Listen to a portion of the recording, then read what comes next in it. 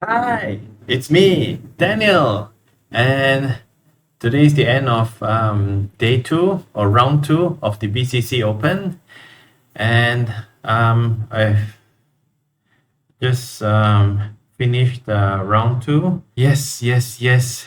You're all trying to work out like, so did Daniel win? Did Daniel win? I'm sorry to say, no, I didn't. I lost the game. Okay. Yeah, I was playing black in this game, and as you can see, right, at one point, there were four queens on the board. I had two queens, and my opponent had two queens as well, but he was also ahead by a bishop and a rook, right? So I was losing, and then I thought I would sacrifice material to look for a perpetual. Unfortunately, no go. And today, my opponent is this person here on the left, and I'm there on the right. And his name is Mikhail Gromov, right? Mikhail Gromov, right? He's Russian. Okay, and now let's move on to the game.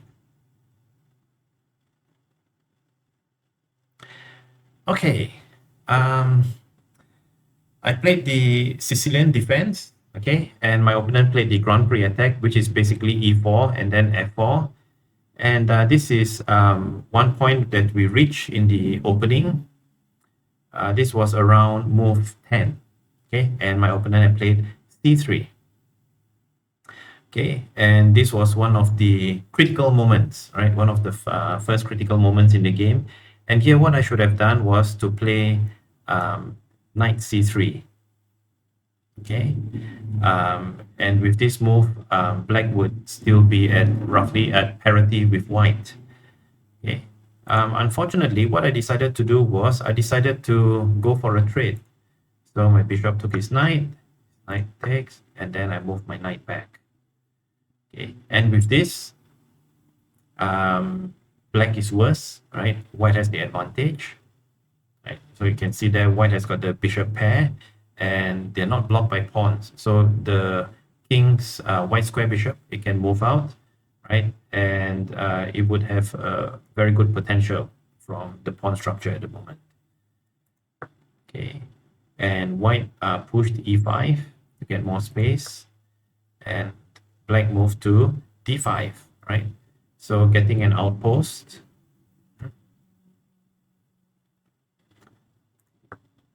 And forcing white to move his bishop away.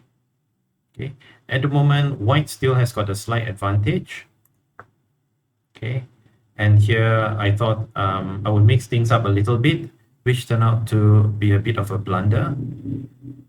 Okay, so I should have traded the knights, okay, before moving my queen out. But here I moved my queen out first. So here basically my threat is I'm threatening the knight here on d4 with my knight and queen, so I will get a free pawn.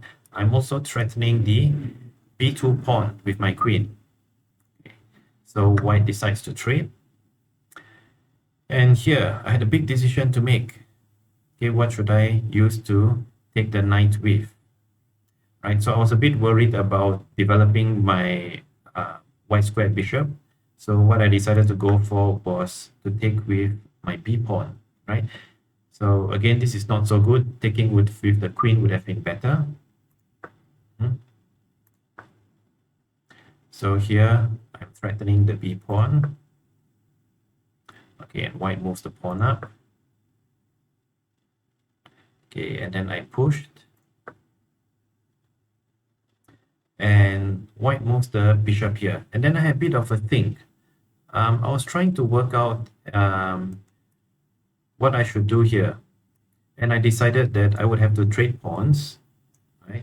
So moving the pawn up is not good because white could then move the pawn down. So I've got to trade pawns. Right. And here white took bishop takes d5. And here, right, what I could have done is I could have moved my pawn up to b3. Okay. The idea is if white moves the bishop away, let's say bishop to f3. And then black would then move the pawn further up again, forking the queen and the rook. Okay. So even if the rook moves here to pin the queen, the pawn takes the queen, and then, well, in this case, I will take a queen, I'll queen the pawn, and it will be a check, right? So the rook cannot take the queen. So this was another critical moment in the game. Unfortunately,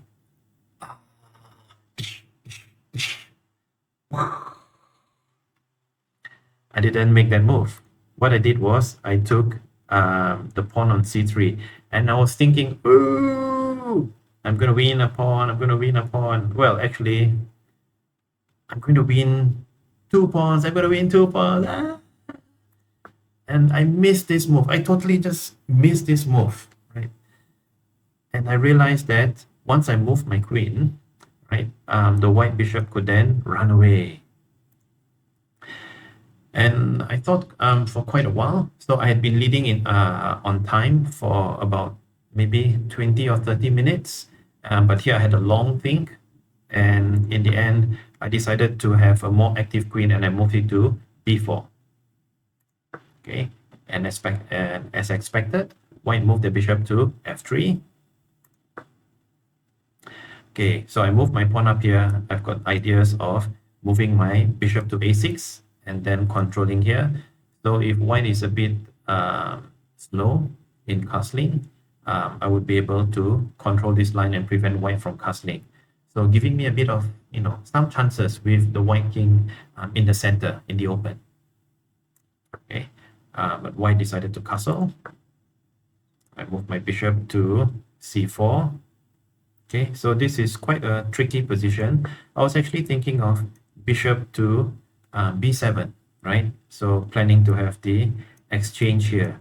And then I realized, ooh, what if the rook moves to b1, right? With my bishop blocking on b2, my queen would have to move, and then I would have the rook and the bishop attacking my bishop on b2, on b7. So, okay, I've got to move my queen out of the line of attack, and white decides to fight for the open file, the open b file. I decided not to trade, because if I were to trade rooks, white's queen would move and take control of the open b file. Not a good thing. So, oops, my bad. So I moved my rook to b4. Okay, so the idea being, if white takes the rook, black takes the rook, and black would have 2 connected passed pawns, right? And I was hoping that that would be enough compensation for the bishop I gave away earlier.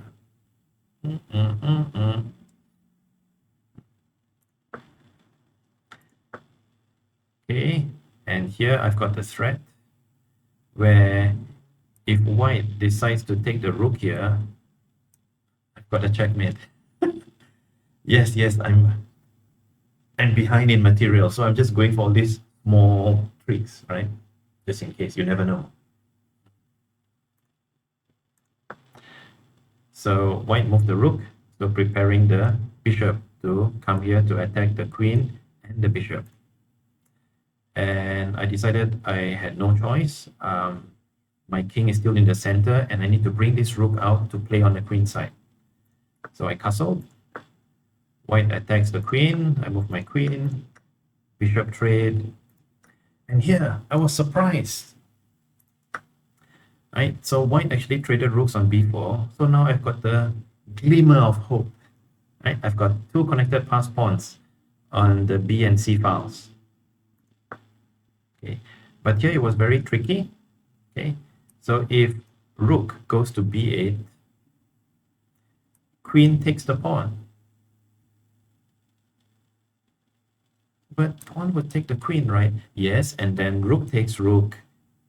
Checkmate. Looks like my opponent has decided to play some small tricks as well, right? So, yeah, if you're in a tournament, there'll be times where, it could be an innocuous move or an innocent looking move, but there could be dire consequences behind it. So here I move queen to c4, right? Centralizing the queen a bit, giving it more control. Okay, and white moves the pawn. And again, another, right? I think this is my last critical move. A chance where I could gain parity, even though I'm behind in material. So at the moment, as you can see, I've got 2 pawns for a bishop, but I've got the 2 pawns that are on the, they are connected pass pawns on the B and C file, right? So if I had moved my rook to A8, right, I'll prevent the pawn push, right? And if white tries to threaten mate, at some point I could move one of my pawns up, right? So that my king has got some breathing space, and then I could move my rook up to play further up the board, and I don't have to worry about the back rank mate. Yes. You expected it, didn't you? Nope, I didn't play that move. Alamak. Like this, how to win lah? I also don't know. Right, so I've got to up my play a bit. So I moved my rook to b8. There was a pawn push, and then this was the moment when I realized that if I were to push my pawn, right, and I take his queen, his pawn would take my rook and checkmate, back rank mate. So I should have moved my rook straight to a8 at the beginning, but too late now. Okay, so I moved g6 and a7.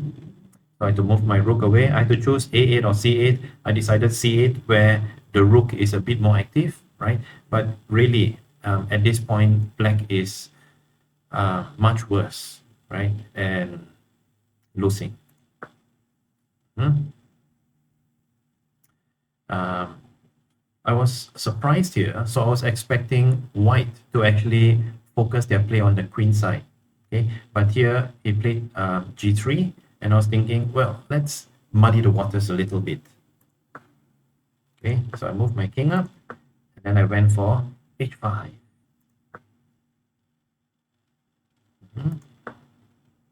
So I finally moved rook to a8.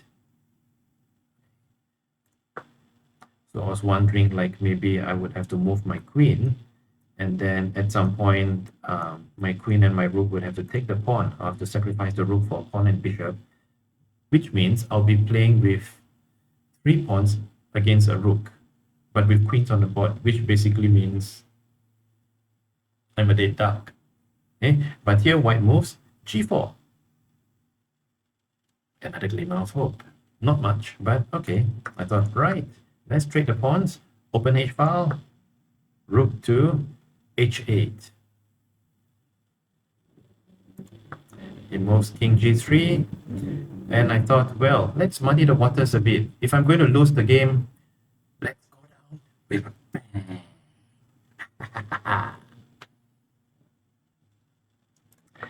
So I did a brilliant move. Brilliant not to win, but brilliant to lose with a bang. Okay, so here rook takes, best move, and I move my queen to f1. Okay, and the threat now is rook h3 checkmate. Okay, so white to move his queen to g2, and then I checked, he blocked, and then I move here, and again, right, the threat is rook h3 checkmate or queen h3 checkmate. Okay, so I had to move his queen back to g2. And here I was considering, do I move my queen to h4 to check, and then his king would move to f3, and it would block his queen, so his queen would not be able to protect the a8 square, right? And then maybe he wouldn't be able to move a8 yet. Okay. Or I could move my queen to d1 and check, right? But here he would have his bishop blocking, and then I would have to move my queen maybe to d2 or a1, right? And then going for a pawn push to c1. So I decided in the end to go to e1 check.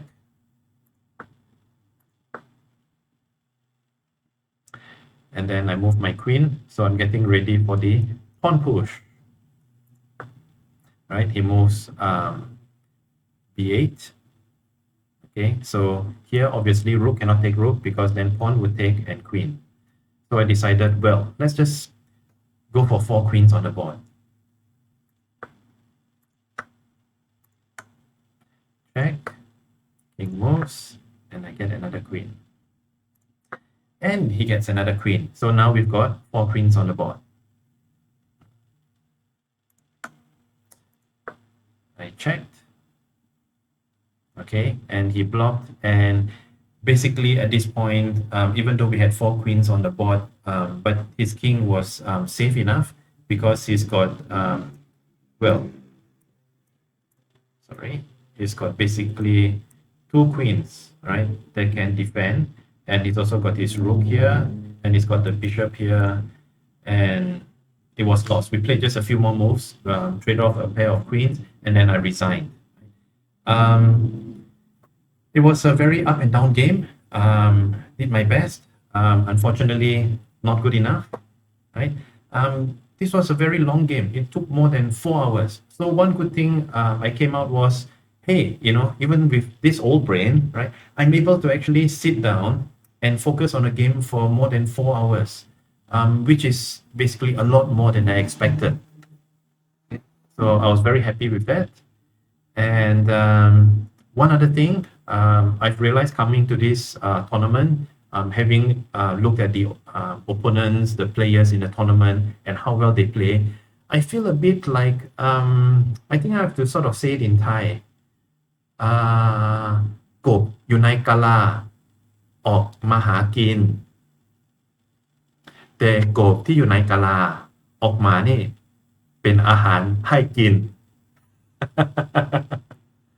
Okay, for those of you who don't understand Thai, roughly translated, it's like the frog came out of the well to look for food.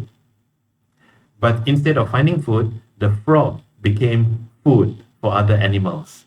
And that's what I'm finding out at the moment.